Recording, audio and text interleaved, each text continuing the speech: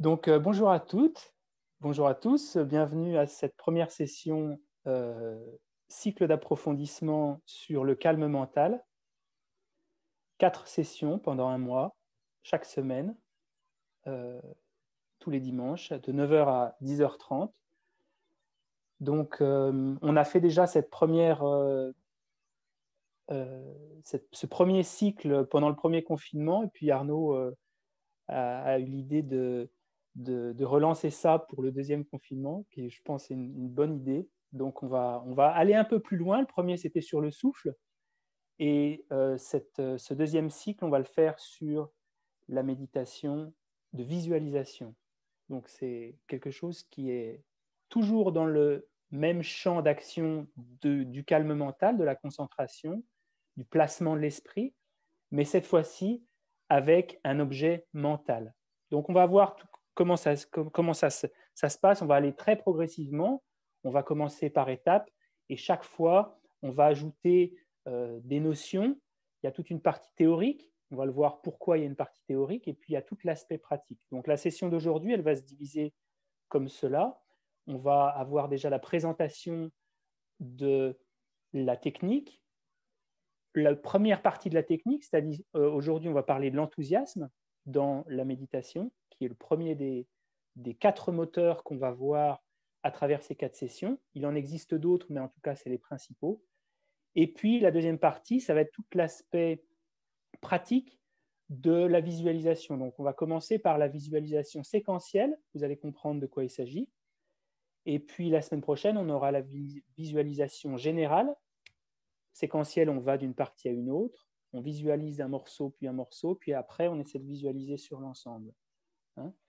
Donc, vous allez comprendre pourquoi on fait ça. On va aller par étapes, important. Et puis voilà, donc on va commencer. Vous pouvez prendre une position confortable, tonique. On va commencer par une minute ou deux, juste de rétablir notre concentration. Poser notre corps également dans une position de méditation. Même si vous êtes assis sur une chaise, vous pouvez tenir le dos bien droit.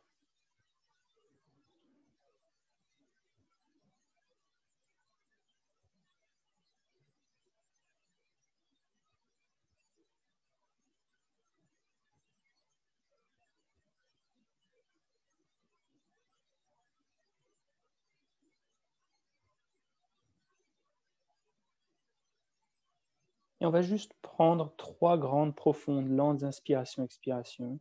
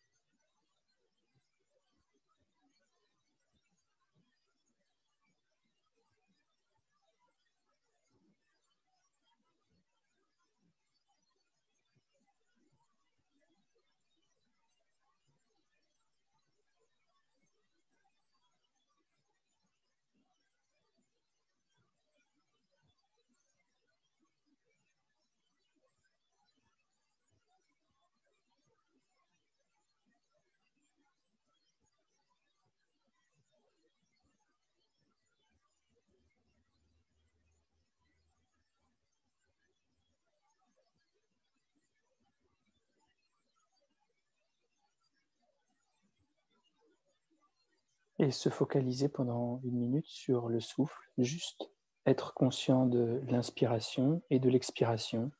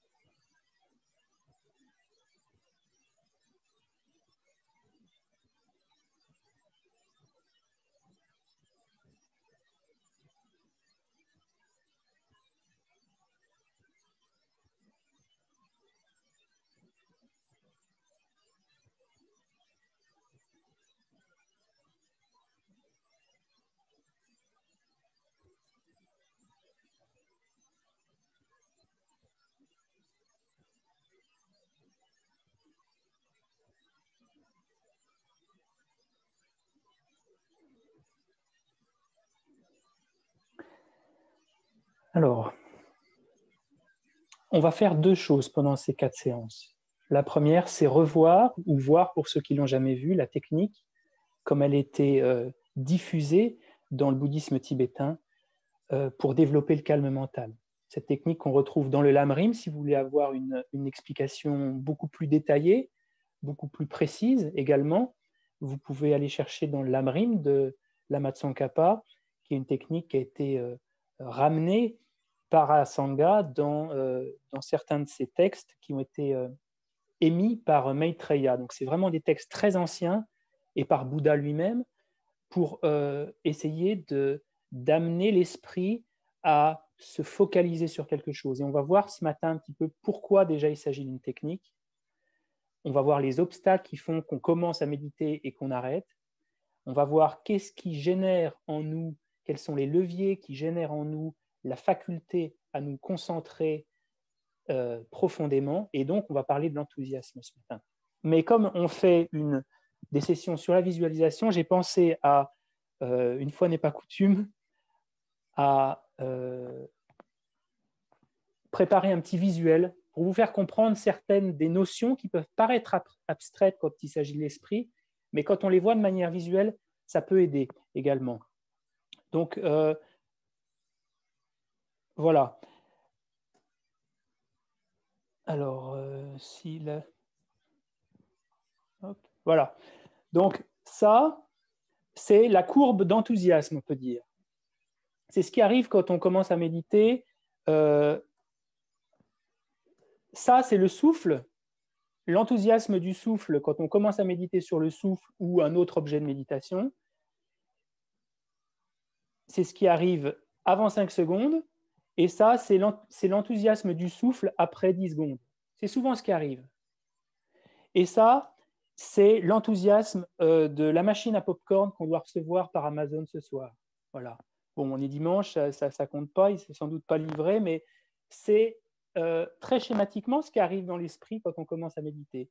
On a le souffle qui devient ennuyeux très vite et on a toutes ces choses qui attirent notre esprit sans arrêt vers quelque chose de plaisant ou bien d'urgent ou bien un problème à traiter ou bien quelque chose à penser qui vont accaparer notre esprit, nous détourner de l'objet sur lequel on veut méditer.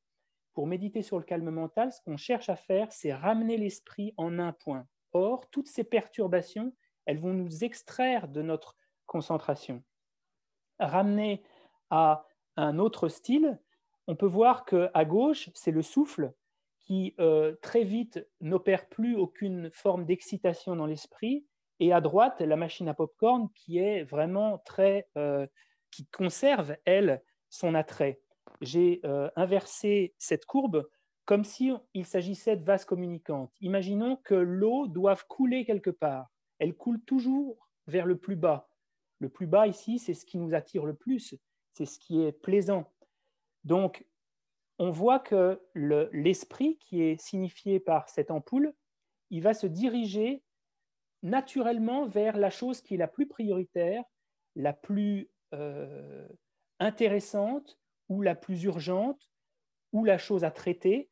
Et le souffle qui est sur la gauche, comme il est beaucoup plus haut, comme s'il s'agissait de l'eau qui devait couler, l'esprit ne va pas naturellement se porter dessus. Donc, ça, c'est la première chose qu'on doit faire dans la méditation, c'est de comprendre que cette machine à popcorn, la manière dont on la visualise quand on est en train de méditer, elle est pour 90% exagérée. Donc, je vais revenir je vais arrêter le partage d'écran pour commencer à vous. Donc, revenons à la méditation. Il y a quelques raisons qui font qu'on commence à méditer et qu'on arrête. Déjà, c'est la simplification par laquelle on pense que la méditation, elle n'est pas une technique. Elle est quelque chose qui doit apporter des bienfaits rapides. Les choses dans lesquelles on se lance, le sport en général, assez rapidement, on peut avoir des bienfaits. La méditation, ce n'est pas toujours le cas. Ça doit m'apporter du bien-être à chaque fois. Non, la méditation n'apporte pas nécessairement du bien-être à chaque fois, surtout en lien avec ce qu'on a fait dans la journée, les choses qu'on a vécues. Ce n'est pas un remède miracle, la méditation. Donc, penser que la méditation doit nous apporter du bien-être immédiat, c'est malheureusement incomplet, incorrect. On pense que l'attention, quand on médite, doit être portée tout de suite de manière continue sur l'objet. C'est-à-dire, je me médite sur le souffle. La méditation, je commence, normalement, je dois pouvoir me concentrer sur mon souffle pendant au moins 30 secondes. C'est quand même basique. Or, non, ce n'est pas ce qui arrive. Parce que déjà, se concentrer sur le souffle pendant 30 secondes, c'est assez avancé. On prend comme point de référence le sport, par exemple. Quand on commence à courir, on peut au moins courir 5 minutes sans s'arrêter, ou peut-être 2 minutes, ou au moins 2 minutes, je dirais. À peu près, presque n'importe qui peut courir au moins 1 minute ou 30 secondes. Pour la méditation, ce n'est pas la même chose. La méditation, on commence à se focaliser sur le souffle et rapidement, on décroche. Beaucoup plus rapidement que si on devait s'entraîner à courir. Un autre obstacle qui fait qu'on commence et qu'on arrête la méditation, on pense que c'est trop simple. On pense que la méditation, c'est hyper simple et j'y arrive même pas. La méditation, c'est un truc super simple. Tu dois vider l'esprit, tu t'assieds, tu vides l'esprit et même ça, j'arrive pas à le faire. Donc, c'est très frustrant quand on pense comme ça. Et à l'inverse, on pense que c'est trop compliqué parce que tout à coup, on lit des livres de méditation et on voit qu'il y a une technique et on se dit, waouh, non, non, non, non. Moi, j'ai assez de choses à apprendre. J'ai fait des études, je ne vais pas commencer à étudier le souffle, la méditation, tout ça. Non, la méditation, ça ne doit pas s'apprendre. Si on pense comme ça, on ne va pas apprendre la technique, c'est-à-dire qu'on ne va pas employer les leviers à l'intérieur de la méditation et malheureusement, on ne va pas pouvoir diriger l'esprit comme si on était dans le noir et qu'on montait dans une voiture. Si on ne met pas les mains sur le volant, si on n'allume pas le contact, on ne va jamais pouvoir avancer. Ben, c'est la même chose avec l'esprit. Il faut connaître ces petits leviers intérieurs qui sont assez subtils pour essayer de diriger l'esprit vers un état de concentration. L'autre chose qui fait qu'on commence la méditation et qu'on s'arrête, c'est qu'on ignore qu'il s'agit d'une technique. Ce que je viens de dire. Qu'il ne faut pas nourrir l'enthousiasme. Que la méditation, c'est simplement poser l'esprit, il n'y a pas d'analyse. Et on va voir que tout l'aspect analytique, il est primordial dans la concentration, parce qu'il faut savoir rétablir notre enthousiasme et savoir regarder les aspects de notre vie qui nuisent à la concentration également. On pense qu'il s'agit que d'une histoire de technique. Ça, c'est un autre problème qui fait qu'on commence la méditation et qu'on s'arrête. On pense qu'il s'agit que d'une histoire de technique. Et je vais reprendre le partage d'écran pour vous faire comprendre ce que je veux dire. Hop.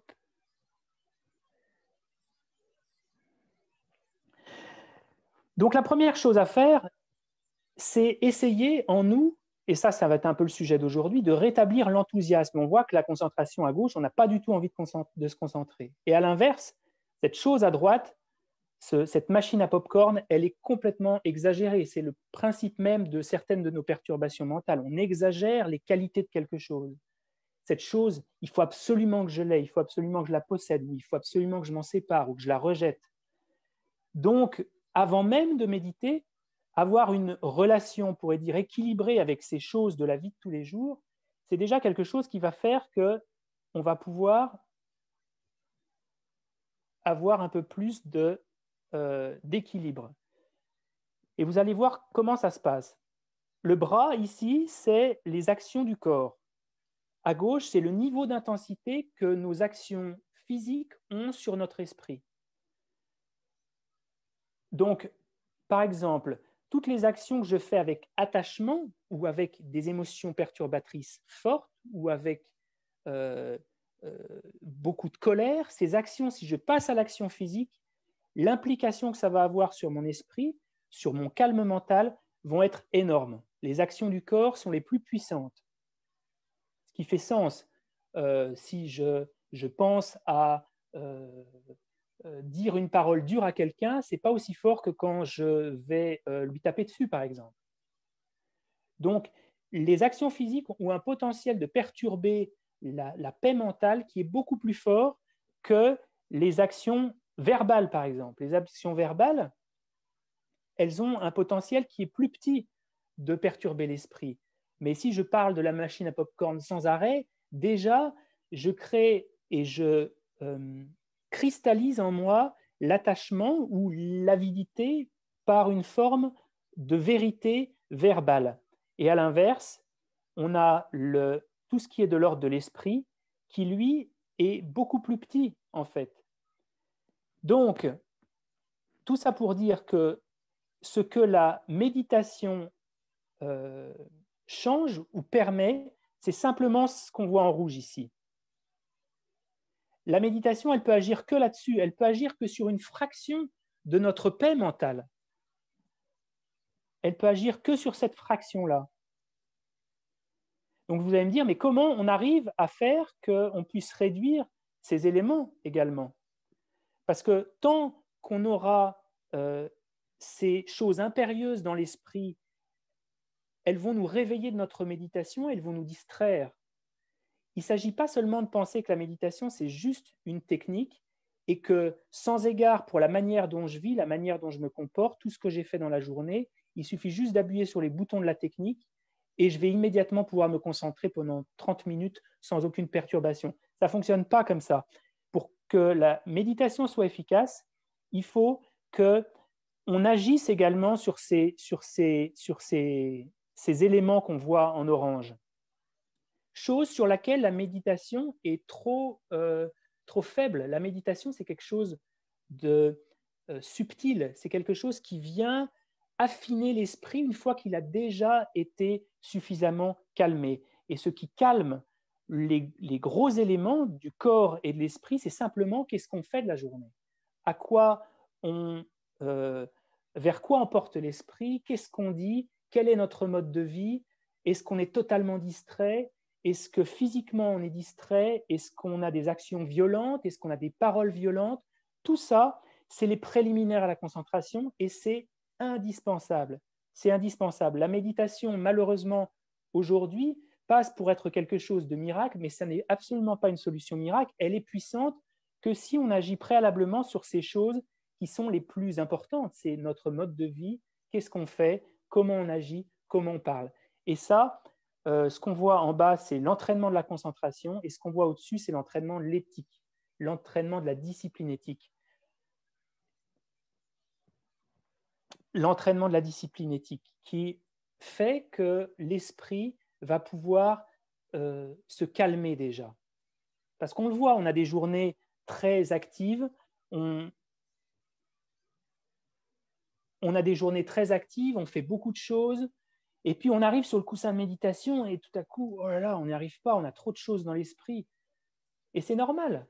On voit ici que le mode de vie a une influence très forte sur notre paix mentale, et ça, il n'y a rien à y faire. À part observer notre mode de vie, savoir comment on vit, qu'est-ce qu'on fait de la journée, parce que la méditation n'arrivera pas comme une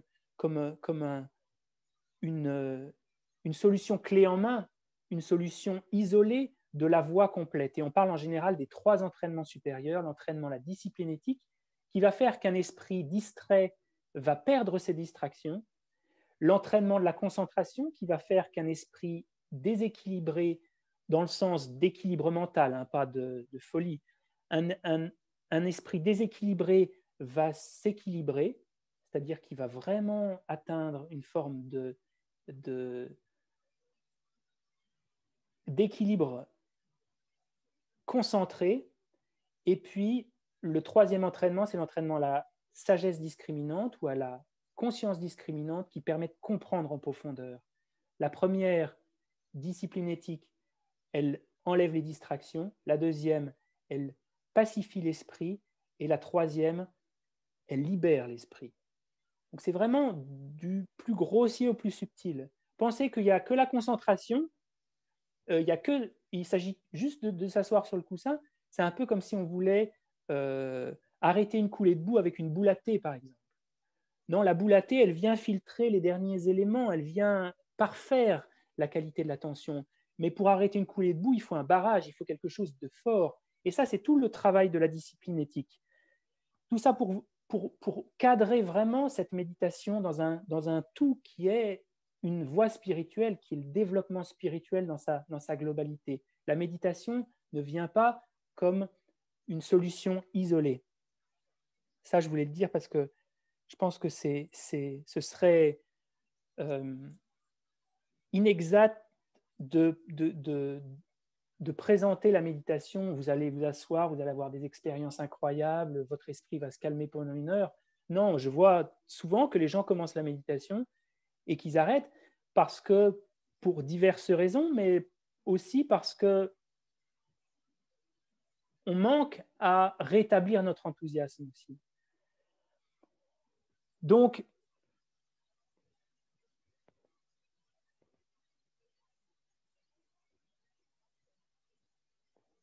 agir sur ce qui empêche la concentration, c'est ce qu'on vient de voir. Ce qui empêche la concentration, c'est cette force qui nous extrait de la méditation. Cette force qui fait que on n'arrive pas à rester sur le souffle, ou par comparaison, le souffle nous semble complètement ennuyeux. On a le souffle, et à côté de ça, on a ces choses, la machine à popcorn, ces petits popcorn qui éclatent, ça va être, j'ai fait un petit caramel, ça va faire... En plus, quand ça sort de la machine, on en voit plein les yeux. Le souffle, quand je médite sur le souffle, j'ai l'impression de m'entendre ronfler en plus. Donc, si on n'arrive pas à équilibrer ces deux éléments, ça va être assez difficile. Je vais terminer sur le partage d'écran pour vous montrer la suite. Alors, tac. Voilà, donc, ce qu'il faut, c'est déjà, à travers notre compréhension, se dire, est-ce que les choses qui m'attirent dans la vie de tous les jours sont si impérieuses? Et finalement, c'est ce qu'on fait à droite. Si on élimine un peu de cette exagération, toutes ces choses, le passé, le futur, et ce faisant, on se ramène un peu à quelque chose de plus normal, de plus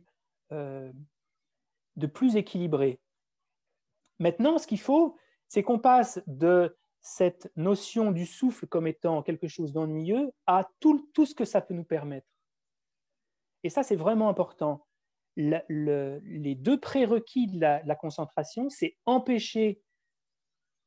travailler sur ce qui empêche la concentration, c'est ce qu'on vient de voir, équilibrer notre vie, comprendre est-ce que ces choses qui attirent tellement mon esprit sont tellement importantes, et il faut retrouver le potentiel de cette importance à méditer, tout ce que ça peut nous permettre de faire. Si dans l'esprit, on a le souffle et la machine à popcorn qui sont à peu près aussi importants et intéressants l'un que l'autre, l'esprit, il va se concentrer un petit peu et il va être distrait un petit peu. En revanche, si on comprend que la machine à popcorn, finalement, on va la voir, elle va tomber en panne, les popcorn, une fois que je les ai mangés, je ne pense plus à la machine à popcorn, elle n'a plus d'intérêt pour moi. Si on se dit, bon, la machine à popcorn, ce n'est pas si excitant que ça, et qu'on a le souffle sur lequel on a compris tout ce que ça peut permettre en termes de calme mental, de sérénité, de profiter, d'avoir cette faculté à diminuer en nous le continuum du stress, l'anxiété, on va voir que l'esprit naturellement va se poser sur son objet. Et ça, je pense que pour commencer la méditation, c'est vraiment, vraiment le plus important. C'est retrouver l'enthousiasme et comprendre que cette technique, ce n'est pas juste me focaliser sur quelque chose d'ennuyeux. C'est comprendre qu'à travers cette chose qui peut au départ sembler ennuyeuse, on peut avoir accès à énormément de transformations intérieures, beaucoup plus de paix de l'esprit, beaucoup moins d'anxiété, avoir de la clarté mentale.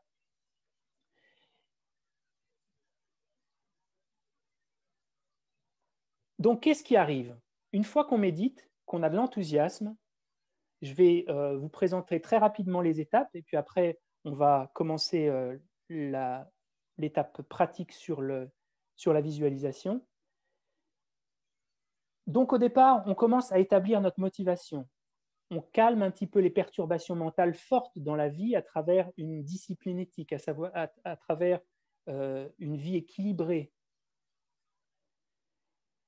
Donc, ce qu'il faut au départ, c'est cet enthousiasme. On a envie de s'asseoir sur le coussin, on a envie de se dire, parce qu'on sait que c'est possible, on sait que c'est possible de développer plus de concentration, parce qu'on a un petit peu éliminé toutes ces choses parasites, et puis parce que on sait que c'est possible, il y en a 3, parce qu'on connaît les qualités de la concentration, parce qu'on sait ce que ça va nous permettre.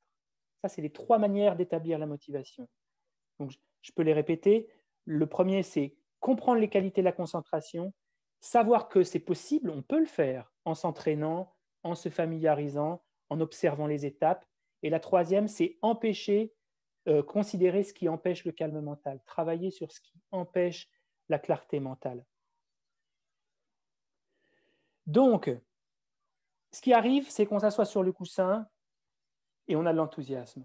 On se dit, waouh, c'est pas vain, c'est pas juste le souffle, c'est beaucoup plus que ça. C'est vraiment une voie spirituelle, la méditation. Même la méditation sur le souffle, on ne peut pas l'extraire du tout, c'est impossible. Et on se dit, ok, maintenant je vais focaliser mon esprit sur quelque chose. Ça, c'est la pleine conscience, qu'on verra la semaine prochaine. Se focaliser, cette force qui est une glu qui vient se focaliser sur l'esprit. Et ça se travaille parce qu'il faut reconnaître quand la pleine conscience elle est en train de perdre de qualité. Est-ce que je suis encore sur l'objet? Parce que parfois on médite sur le souffle, on se dit, je ne sais pas si je suis vraiment sur le souffle là. C'est le souffle ça? Donc on commence à... La qualité de la pleine conscience commence à se décrépir un peu. Elle devient... Elle plonge. Et là, on est sur le point de commencer à être distrait. Donc, il y a toute une technique pour qu'est-ce qu'on fait pour focaliser l'esprit. Et puis, il y a aussi toute une technique pour qu'est-ce qu'on fait de toutes les distractions. Est-ce que je dois m'en occuper? Est-ce que je ne dois pas m'en occuper? Est-ce que je dois les laisser tomber? Est-ce que je dois les reconnaître? Est-ce que je dois les nommer? Est-ce que je dois les nommer et m'en séparer? Ça, c'est toute l'étape de la vigilance. C'est ce qu'on verra dans la 3e session. Et enfin, une fois qu'on a reconnu ces distractions, il faut faire quelque chose. Comme si on était dans un avion et qu'on vire à gauche parce qu'il y a un vent de travers qui nous fait tourner sur la gauche, il faut rétablir. Comment on rétablit la concentration quand l'esprit est en train de sombrer dans la léthargie, par exemple, ou le relâchement? Comment on fait pour rééquilibrer l'esprit quand on commence à devenir excité parce qu'on sent que vraiment le laser mental est en train de complètement se focaliser sur son objet? Comment on fait pour rétablir ça? Ça, c'est l'application et c'est ce qu'on verra à la 3e session. C'est 4 des 5 antidotes de la méthode qu'on vous trouve dans le Lamrim. La 2e, c'est pour contrer la surapplication. Mais ça nous concerne pas tellement parce que ça arrive quand on arrive à des niveaux de concentration qui sont très élevés. Donc ces 4-là, je pense que si on a une bonne connaissance de l'enthousiasme, la pleine conscience, la vigilance et l'application, on peut déjà avoir une pratique de méditation de bien meilleure qualité, c'est-à-dire qui fonctionne. Ça ne veut pas dire qu'à la fin, on va pouvoir être absorbé pendant 3 heures sur son objet, pas du tout. Mais en tout cas, on peut comprendre comment piloter cet esprit. C'est vraiment une forme de pilotage.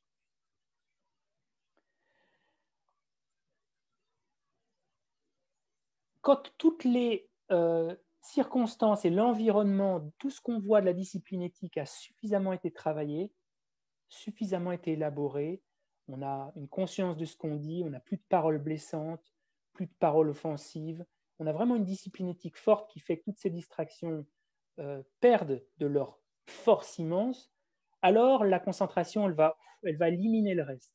Elle va éliminer ces petites perturbations jusqu'à temps que l'esprit puisse totalement être focalisé en un point d'absorption pendant des heures. On peut y arriver. On a tous cette capacité de le faire. Et ça a diverses qualités. La première, c'est que on peut diriger l'esprit vers n'importe quoi. On peut faire apparaître des choses dans l'esprit comme en rêve, mais beaucoup plus clair. On a un bien-être physique et mental hors du commun, qu'aucune expérience sensorielle qu'on a vécue dans cette vie rien ne peut égaler ça. On a une diminution drastique de tout ce qui est perturbation mentale, donc la souffrance, la colère, toutes ces choses qui nous perturbent. Ce qu'on fait et ce qu'on visualise est tellement clair et notre esprit sur ces choses-là est tellement stable que la transformation spirituelle est complètement dynamisée.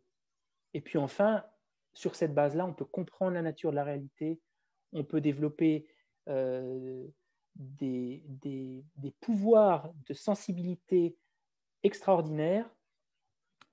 Donc ça, c'est certaines des qualités du calme mental. Mais il faut bien en être conscient que c'est possible. Il faut être conscient qu'on est capable aussi. Donc, dans la feuille que je vais vous transmettre cette semaine, c'est vraiment pendant une semaine, essayer de vous dire que notre niveau de concentration n'a pas toujours été comme il est aujourd'hui. Peut-être qu'aujourd'hui, il est mieux qu'avant d'ailleurs. Mais c'est vraiment fluctuant en fonction de l'environnement. Et si on agit sur l'environnement, on peut calmer l'esprit. Il y a des années, on pouvait lire 1 heure, 2 heures, 3 heures sans aucune distraction, par exemple. Est-ce qu'on y arrive encore maintenant?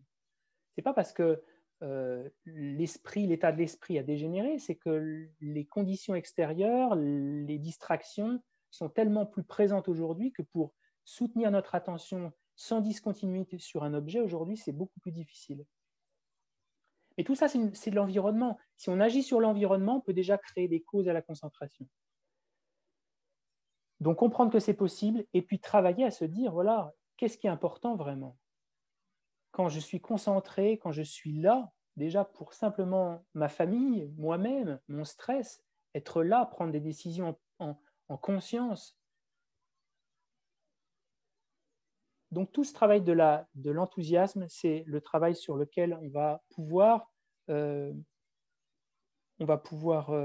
agir. Si vous le souhaitez, pendant cette semaine, on peut vous envoyer un fichier avec une méthode pour regarder vraiment ces éléments-là et puis faire naître en vous l'enthousiasme de « je suis capable de faire ça ». La méditation, ce n'est pas simplement ce que je pensais que c'était, et faire que quand vous arrivez sur le coussin, vous avez envie. Et ça, c'est la première chose hyper importante, parce qu'on peut méditer des années, et c'est vrai, on peut méditer des années si on n'a pas cet enthousiasme dès le départ, ou si on ne fait rien pour le construire. On va rester à chaque fois 20 minutes complètement parti dans autre chose, la machine à popcorn, et à la fin, on va se dire « Ah ouais, c'est vrai, je devais méditer ». Et ça, en plus, c'est très paralysant. On se dit « Mais j'arrive pas vraiment à méditer, ça sert à rien, je suis nul, j'arrive même pas à me focaliser 20 minutes sur quelque chose ». Donc ça, c'est encore plus désespérant parce qu'on se dit « Mais j'y arrive pas de quelque chose qui est très simple ». Or, non, c'est pas nécessairement très simple. La méditation, c'est quelque chose d'assez avancé. Bouddha l'enseignait pas. Il n'y avait pas de retraite calme mental avec Bouddha, par exemple. Il faisait pas de... Parce que aux gens qui agissaient dans la vie de tous les jours, qui avaient une vie domestique, il enseignait surtout à calmer leur esprit à travers leurs actions et leurs paroles. Donc ça, c'est vraiment une indication importante. C'est que ça, c'est déjà le travail le plus important qu'on puisse faire. Et la méditation, elle va venir compléter ça. Vraiment avoir une vision globale. Donc, la visualisation. On va maintenant essayer de travailler sur cette visualisation. Donc, il y a différents types d'objets sur lesquels on peut concentrer l'esprit. Le premier, c'est celui qu'on a d'habitude, c'est un objet sensoriel, c'est le souffle, un objet qui est observé par l'esprit, mais qui est de l'ordre des sensations tactiles ou du son ou d'une conjonction des deux. Par exemple, le souffle, quand on inspire, on peut entendre le souffle et puis on peut le sentir dans le corps aussi. C'est à la fois tactile et auditif. Ça sont des consciences sensorielles. C'est très bien. Le gros avantage du souffle, c'est qu'on n'a rien à faire pour qu'il soit là, le souffle. Il est là sans arrêt. On inspire, on n'a pas à faire le travail de le faire émerger dans l'esprit. Il est là sans arrêt. Ça, c'est son gros avantage. Son problème, parce que c'est un problème, c'est que le souffle, il vient d'une conscience mentale, d'une conscience sensorielle. Et une conscience sensorielle, elle est beaucoup plus grossière qu'une conscience mentale. Donc le calme mental lui-même, l'accomplissement de l'absorption méditative, on ne peut pas l'atteindre avec une conscience sensorielle. Il faut nécessairement que ce soit une conscience mentale. Donc en Asie du Sud-Est, à un certain niveau de développement de la méditation sur le souffle, on change d'un objet physique à un objet mental, une visualisation. Les Tibétains, eux, traditionnellement, ils commencent souvent par une visualisation. Le souffle est beaucoup moins mis en avant dans le bouddhisme tibétain. Il commence avec une visualisation et il termine avec une visualisation. Parce que la conscience du calme mental, celle qui accomplit le calme mental, c'est une conscience mentale qui est beaucoup plus subtile, un peu comme en rêve. C'est quelque chose de très très fin. C'est quelque chose de vraiment très très fin. Conscience sensorielle, c'est lourd, c'est pesant, mais c'est pâteau un peu. Donc, le problème de la visualisation, c'est que l'objet n'apparaît pas naturellement à l'esprit. Ça, c'est ce qu'on va devoir faire. On va non seulement devoir faire émerger dans notre esprit une apparence et se focaliser dessus, mais il y a des grands avantages à ça. Le souffle, un de ses autres problèmes, c'est qu'il peut rapidement obscurcir l'esprit, parce qu'on n'a pas la capacité de contrer ni le relâchement, ni l'excitation avec des leviers particuliers, parce que c'est le souffle. Comment on fait pour faire que le souffle soit plus lumineux, par exemple? S'il n'y a pas de visualisation, le souffle, on ne peut pas vraiment redresser le fait de commencer à se relâcher. Et avec la visualisation, par contre, dès qu'on commence à se relâcher, on injecte de la lumière. C'est-à-dire que l'objet devient plus lumineux. Quand on a cette luminosité à l'esprit se relâche moins. Quand l'esprit commence à exciter, on peut commencer à relâcher, à détendre l'esprit.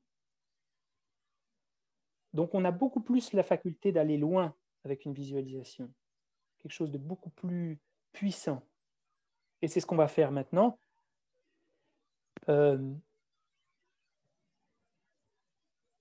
Donc on a vu les deux types d'objets de méditation, ceux qui sont sensoriels, ceux qui sont de la sphère mentale.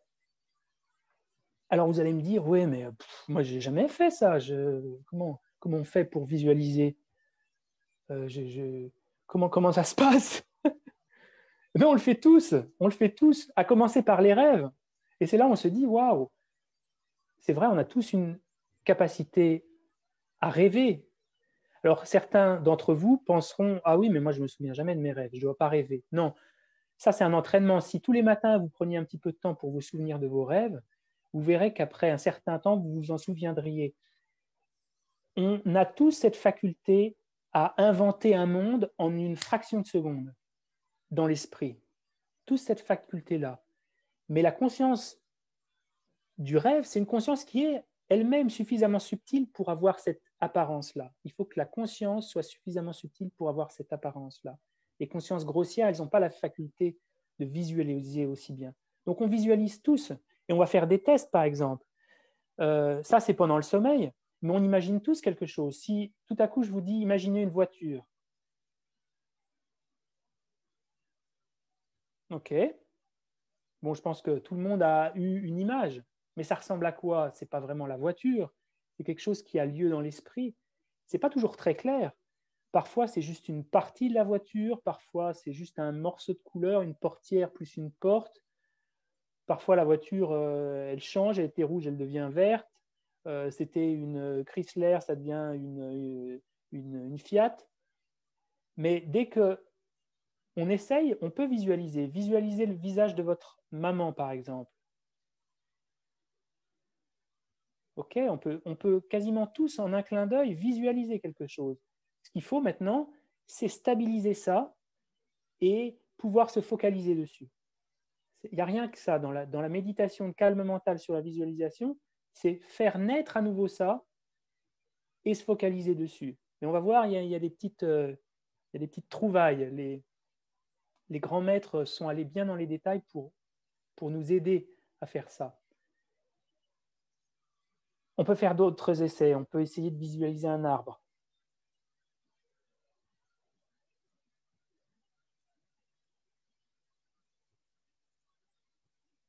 Une carotte.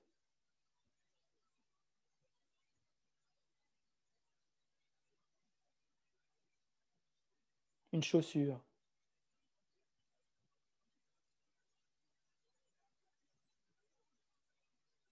Une maison.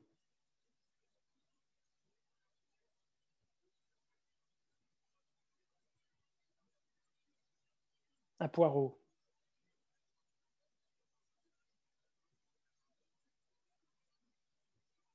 Le soleil.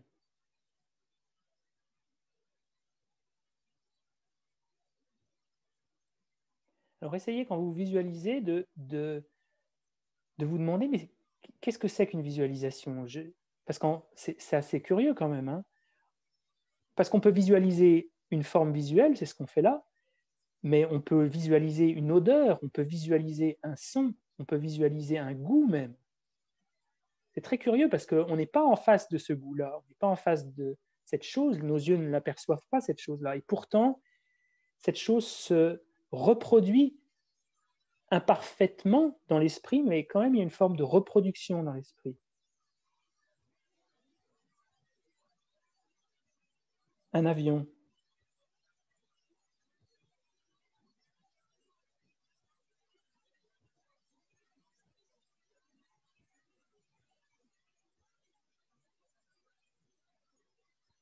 Un téléphone portable.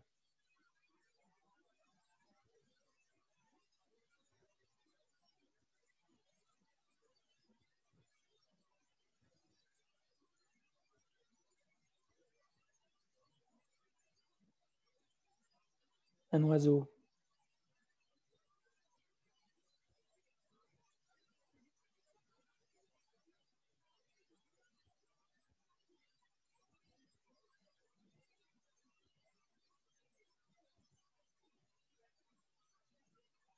La planète Terre.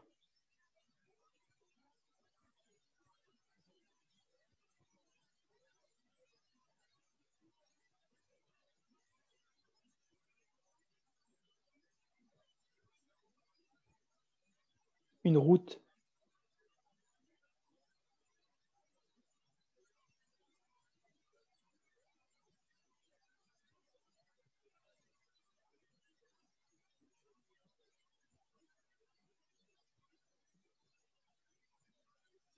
La couleur rouge.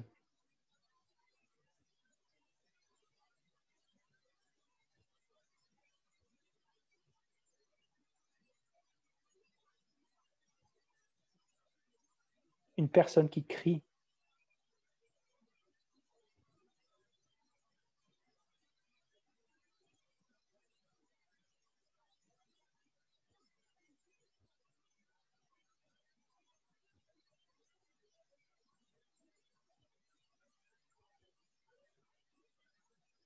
Des spaghettis très salés.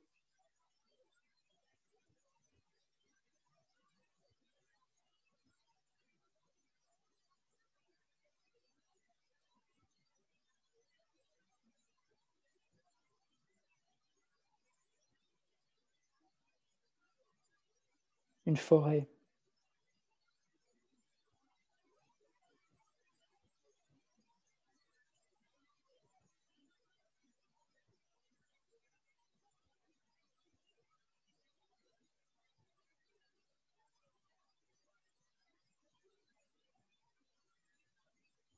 Se brûler sur le fer à repasser.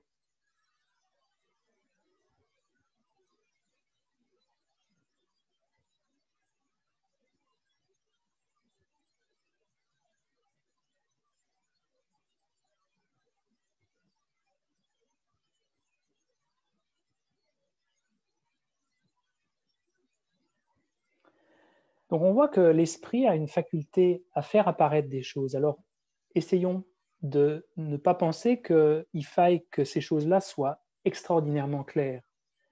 Notre conscience éveillée, à la différence du rêve, a beaucoup moins de faculté à faire naître ces images en nous. c'est juste des impressions. C'est parfois, oui, on reconnaît le visage de notre mère, mais on ne voit pas tous les aspects, on ne voit pas l'intégralité comme s'il était devant nous. C'est beaucoup plus comme un cliché un peu assombri, mais qui est suffisant pour nous faire dire, bah oui, ce que je visualise là, c'est ma mère, ce n'est pas un chat. Ça nous suffit à reconnaître la chose. Et ça, c'est un point crucial. C'est qu'il faut accepter notre esprit à l'endroit où il est aujourd'hui, à ce moment où on médite, parce que c'est cet esprit-là qu'on doit prendre comme point de départ. On ne peut pas commencer à se dire, il va falloir que je médite et que tout à coup, une image de Bouddha apparaisse avec toutes ces couleurs, tous ces impléments, l'aura autour de lui. Non.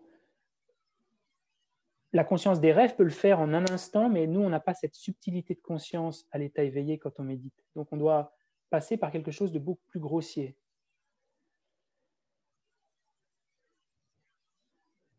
Et il y a deux différents points, et je vais l'exemplifier avec le PowerPoint. Ce qu'on fait là, ce qu'on a commencé à faire, où je vous demande de visualiser un objet puis un autre, c'est exactement ce qu'on doit commencer à faire quand on choisit un objet à visualiser. On doit commencer à créer une séquence.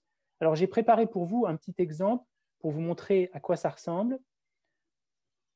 Il y a deux types de méditation, de visualisation. On commence toujours par commencer à être familier avec l'objet. La pleine conscience, une de ses caractéristiques, c'est qu'elle prend comme objet un objet familier. On ne peut pas se souvenir et méditer sur quelque chose qu'on a oublié. D'ailleurs, l'oubli, c'est l'inverse de la pleine conscience. Quand j'oublie l'objet, quand je ne suis plus du tout, je ne sais plus qu'est-ce que je dois méditer sur quoi. Je suis en train de méditer. C'est méditation là? D'accord, ok. Bon, méditation, qu'est-ce que je dois faire? C'est quoi l'objet? Ça, c'est l'opposé de la pleine conscience, c'est l'oubli. Donc la pleine conscience, elle doit ne plus oublier, elle doit se souvenir. Si on ne se souvient pas, on ne peut pas se focaliser sur quelque chose qu'on a oublié. Donc, pour ne pas oublier l'objet sur lequel on doit visualiser, il faut le connaître. Donc, ce qu'on va faire aujourd'hui, c'est choisir un objet, le définir, et puis le scanner pour commencer à être familier sur qu'est-ce que c'est que cet objet qu'on a choisi, quelles sont ses caractéristiques, sa couleur, sa forme, sa dimension. Il faut qu'on commence à s'en souvenir. Parce que si dans un rêve, notre esprit peut faire naître un objet de manière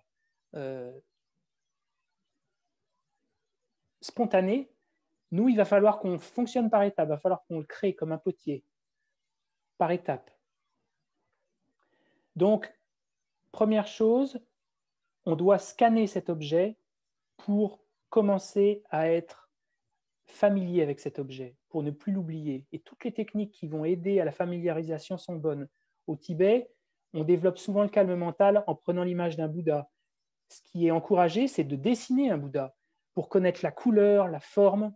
Par exemple, Bouddha Shakyamuni, celui que personnellement j'utilise, c'est il faut commencer à créer une séquence. Je vais vous montrer peut-être déjà sur